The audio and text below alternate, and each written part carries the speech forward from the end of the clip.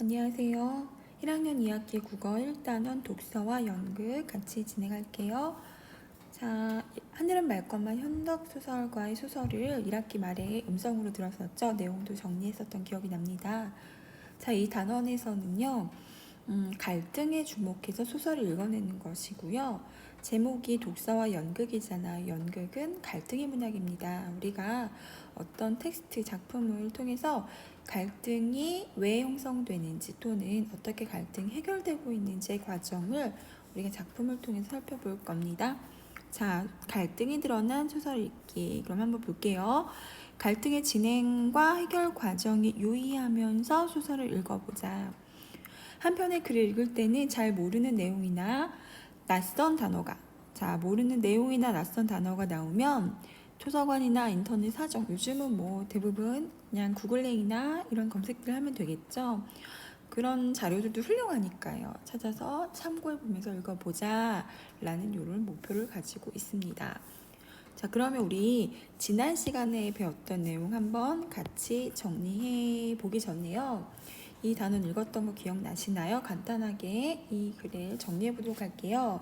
먼저 이 글은요. 일단 글의 갈래가 소설이죠. 그런데 고전 소설, 우리가 잘 모르는 한문식의 어투가 드러난 문장이 아니라 개화기 이후에 순수한 우리 글로서 지금 우리가 쓰는 이런 말투로 사용되고 있는 소설이 현대소설이에요. 자, 현대소설에 해당된다라고 보시면 될 것 같아요. 자, 그리고 성격은 굉장히 사실적인데요. 여기한 지나가서 일단 배경을 한번 살펴볼게요. 이 이야기의 배경이 되고 있는 부분. 자, 배경을 살펴볼 땐 두 가지로 볼 수 있을 것 같아요. 하나는요, 시간적인 배경. 두 번째는 공간적인 배경인데요. 선생님이 보기에는 시간적인 배경이 더 중요한 것 같아요.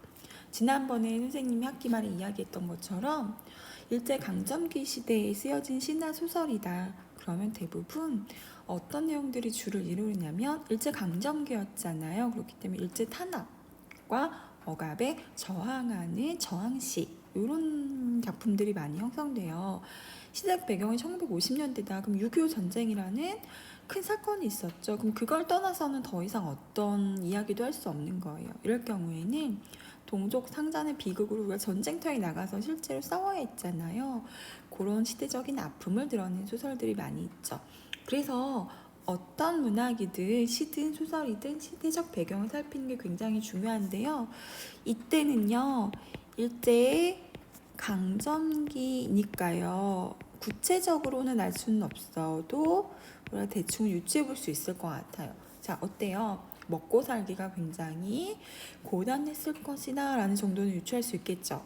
공간적인 배경은요, 특별히 여기는 두드러지는 공간이 있진 않아요. 그냥 어느 시골 마을 정도가 배경이 된다. 자, 세 번째는 조금 어려울 것 같아요. 시점 기억나시나요? 우리 1학기 때 보리방구 주택 했을 때 소설의 이론에 대해서 한번 쭉 살펴봤을 건데요. 시점. 즉, 이 글을 이끌어가는 화자의 시선이 어떠한 태도를 취하는가에 대해서 우리가 1인칭이냐 2인칭이냐라고 나누어 봤었어요. 즉, 이 이야기를 전달하는 소설의 화자가 이야기 안에 있으면 우리는 1인칭 또는 이야기 밖에 있으면 3인칭이라고 했는데요. 구분할 수 있는 내용이 있어요. 나로 시작되면 1인칭이고요. 그 다음에 뭐 그녀 또는 이름을 부르면 3인칭이에요. 너무 쉽죠? 여기서는 보면 자, 문기라는 주인공 나와 있죠. 자, 내가라고 이야기를 전달하고 있지 않아요. 자, 소설 이 이야기 밖에서 바라보는 제3의 누군가가 문기의 행동이나 모습에 대해서 살펴서 이야기해주고 있죠. 그래서 우리가 구체적으로는 알 수는 없다 하더라도 적어도 이 이야기는 3인칭에 해당된다. 근데 여기 이 이야기를 읽다 보면 알겠지만 문기 속마음이 굉장히 자세하게 드러나와요. 부끄러워한다든지 마음이 가책을 느꼈다든지 해서 이렇게 3인칭이면서 전지전능한 신의 위치에서 속속들이 주인공의 마음을 다 알고 있어요. 그럼 어떤 시점이죠? 대답해보세요. 얼마나 알고 있을까요? 자, 3인칭 전지죠. 보통 이때는 3인칭이라는 말을 생략하긴 해요. 전지적 작가 시점이다 라고 간단하게 여러분 여기 살펴보시면 좋을 것 같아요. 자, 주제는요. 주제를 써라 라고 하면 굉장히 어려워요. 그럼 우리는 키워드를 하나 뽑아보도록 합시다. 그렇게 접근하면 더 쉬울 것 같아요. 자, 어떤 내용이었어요? 문기가 거짓말을 했고 그래서 친구와의 어떤 갈등이 있었고 삼촌 보기가 굉장히 부끄러웠어요. 어떻게 해결할까 싶다가 결국 마음의 가책을 이기지 못해서 쓰러졌다가 병원에서 삼촌에게 그 모든 사실을 토로해놓고 마음이 후련해진 이야기죠. 그래서 이 이야기는 양심을 지키는 어떤 삶이 얼마나 중요한가 이런 것들을 이야기하고 있는 내용인 것 같아요. 자, 이 소설의 특징은요. 다른 소설과는 다르게 이 소설에게서만 두드러지게 나타내는 것은요. 주인공의 심리를 묘사가 구체적이다. 이 주인공이 어떤 마음가짐인지를 세세하게 잘 설명하고 있다라는 것. 글의 특징에 대해서 여러분들 이렇게 이 정도는 책을 읽으면서 정리하실 줄 알면 좋을 것 같아요. 고등학교에서도 계속 진행할 거거든요. 자, 그러면 한번 내용을 조금만 보도록 합시다. 자, 요거 하나 더 기록해 볼까요? 지난 시간에 우리 요거 기억나나요? 갈등 우리가 배우고 있는데요. 갈등의 종류는 뭐 다시 이야기할게요. 자, 소설의 구성을 배울 때요. 여백에담 한번 해보도록 합시다. 이렇게. 자, 시간이 진행됨에 따라서 갈등이 어떻게 고조되는지 요거 이제 구성이잖아요. 자, 우리가 구성을 5단계로 봤어요. 제일 처음에 발단이에요. 말로만 설명할게요. 자, 발단. 사건이 아직 본격적으로 드러나진 않아요. 그런데 실마리 정도만 어떤 일로 문제가 발생할 수 있을 것 같다라는 힌트만 주는 단계죠. 자, 그 다음에 이야기가 전개. 자, 이때는요. 어떤 일로 사건이 벌어질지 사건이 드디어 보여집니다. 사건이 시작되죠. 그 다음에 발단 전개 위기로 갑니다. 그럼 이제 사건이 본격화되는 거죠. 사건이 심화된다. 본격화된다. 그러다가 절정에 이르러선 어때요? 절정이라고 볼게요. 사건이 최고조에 이릅니다. 그러다가 최고조에 이르러 빵 사건이 터지면서 어때요? 발단, 전개, 위기, 절정. 이거 너무 잘 안 보이네요. 결말이에요. 여기서는요. 이 사건이 해소되는 것으로 이야기가 끝나고 있어요. 자, 그래서 우리가 지금 제일 처음 들어가는 이 부분에서는 우리 힌트를 얻을 수 있어요. 먼저 그렇죠?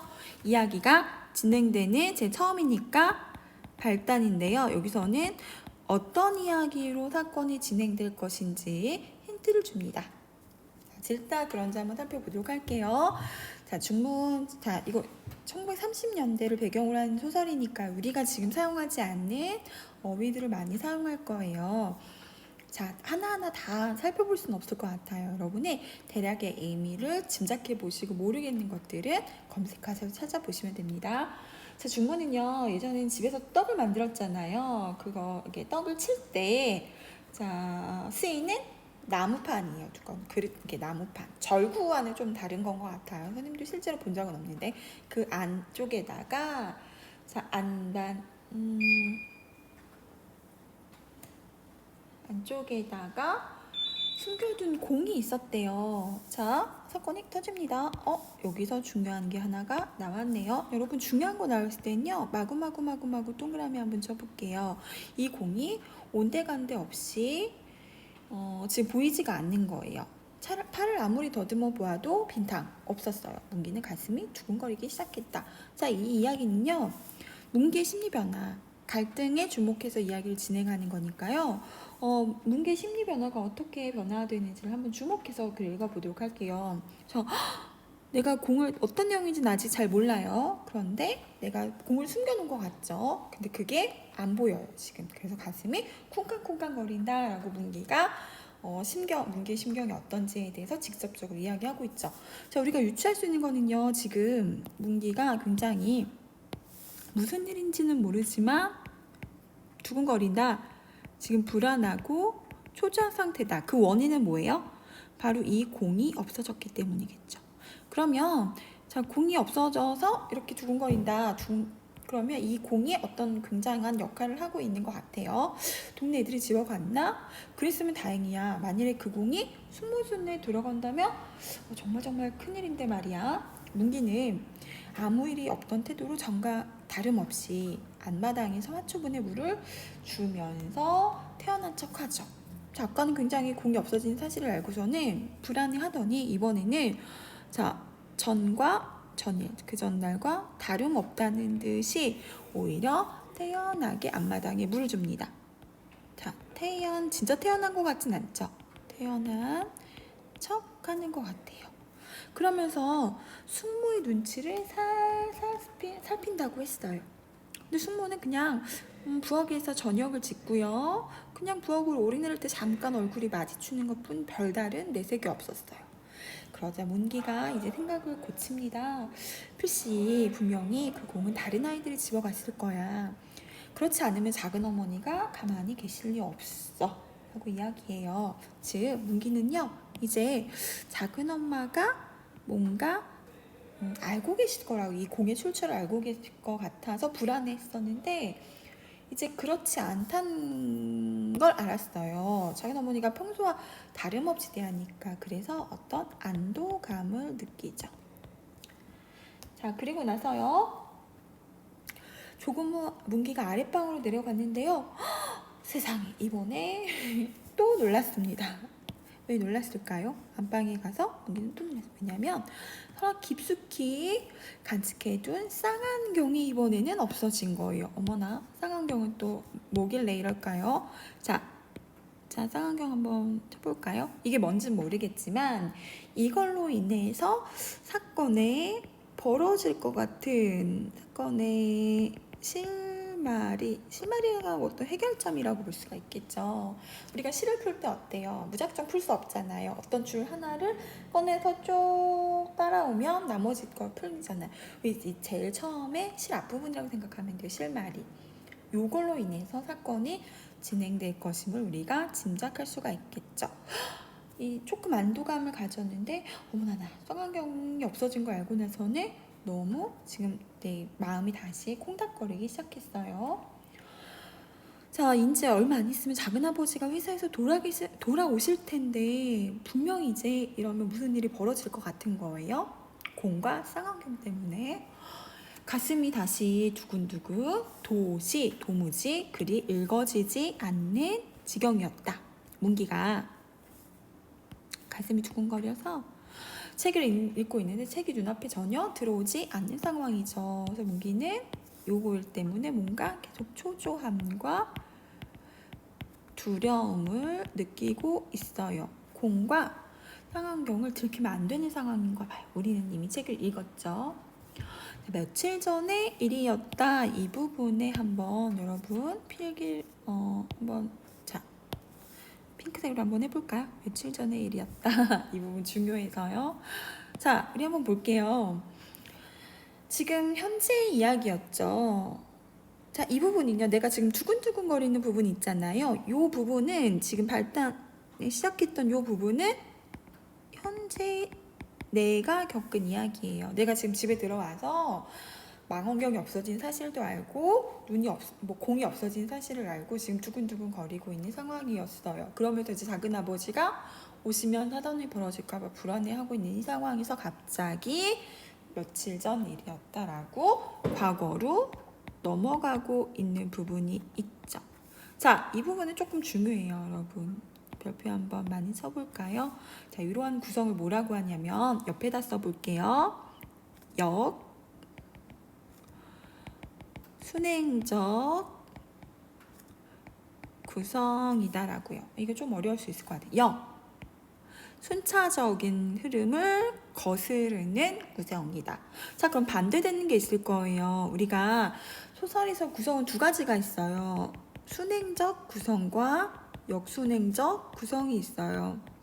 순행적 구성은 뭐냐면 그냥 시간의 흐름에 따라 아침, 점심, 저녁 이렇게 이야기를 전개하거나 아니면 과거, 현재 이렇게 이야기 순서대로 이렇게 시간이 흐르는 방향대로 이야기를 구성하는 게 순행적 구성이에요.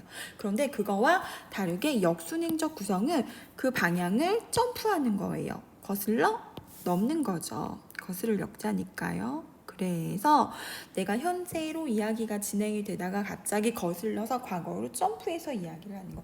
여러분 영화나 드라마를 보시면 이야기가 진행되다가 어떤 물건을 봤는데 이거 맞아 옛날에 누가 줬던 거지 하면서 그 사람과의 에피소드를 싹 넘어가는 장면들이 있죠.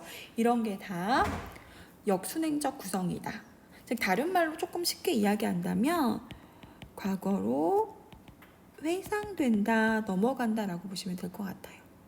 이야기가 현재에서 진행되다가 갑자기 과거로 넘어갔다가 다시 현재로 넘어오는 구도를 가진 구성을 우리는 역순행적 구성이다. 그러면 과거 며칠 전에 이야기가 진행되겠죠? 문기가 저녁에 쓸 고기 한 근을 사오라고 숙모에게 지전 한 장을 받았다. 근데 여기 한번 볼까요? 자, 지금은 쓰고 있지 않은 단어들이 몇 가지, 지금 별로 안 쓰고 있죠. 지전, 종이로도 화폐예요. 근데 지금 지폐라고 하죠. 자, 그리고요, 언제나 그맘때면 사람이 붐비는 삼거리 고깃간에 갔어요. 고기를 사러. 지금은 고깃간이라는 푸짐한 말도 잘 안 쓰죠. 대부분 마트에서 사용하기 때문에. 자, 그래서 돈을 지전을 내밀었더니 주인이 동구미, 이거는 그릇인가 봐요. 자, 지프로 둥글고 울이 깊게 걸어서 만든 그릇이래요. 지프로 만든 그릇인가 봐요. 거기다 고기를 베어서 그냥 넣어준 거예요. 그리고 자, 거스름돈을 지전 9장과 은전. 지금 은전 사용하지 않죠. 화폐로 안 사용하잖아요. 그래서 우리가 이러한 지전, 고깃관, 동구미, 은전, 그다음에 이런 것들 있잖아요. 이런 용어를 통해서는 이게 지금 사용하고 있는 어휘가 아니라 그 당시 어떤 시대적인 배경을 드러내주는 단어다라고 보시면 돼요. 그런데 이상해요. 내가 내밀 때만 해도 주인한테 돈을 줄 때만 해도 분명히 1원짜리로 알고 줬는데 주인은 10원짜리로 계산을 해서 준 것 같아요. 이상해요. 어리둥절하죠. 그래서 주인공을 한참을 주인 아저씨를 쳐다봤다. 근데 여러분 우리가 여기서 나오는 1원 또는 10원이 얼마의 가치를 하는지 잘 모르니까 이 계산이 잘 안 나오잖아요. 선생님 좀 뒤에 다시 한번 얘기할 텐데요. 이 당시에 10원은요. 10원이 있으면 여러분 놀라지 마세요. 이거의 가치가 당시 두부 장사의 한 달 월급이 10원이었대요. 굉장히 크죠. 그 다음에 또 하나는 그 당시 공장에서 일하는 여공들이라고 하는데요. 이분들의 월급이 12원이었대요. 그러면 이 10원이라는 것이 얼마나 큰 규모의 돈인지 좀 짐작이 가시나요? 근데 분명히 난 1원인 줄 알고 줬는데 10원으로 계산해서 돌려준 상황이다. 그래서 어리둥절하고 있는 상황이에요. 연신 고개를 기웃거리는 거죠. 그래서 누가 잘못한 것인지 모르겠는 거예요. 자, 여기까지가 이야기의 발단이다 라고 보시면 돼요. 선생님이 여기까지가 발단이에요. 굉장히 간단하게는 이야기해 주지만 이게 굉장히 예전에 선생님 배울 때는 중요하게 여겼지만 지금은 그럴 필요는 없을 것 같아요. 자, 이제 전개 이야기 가보도록 할게요.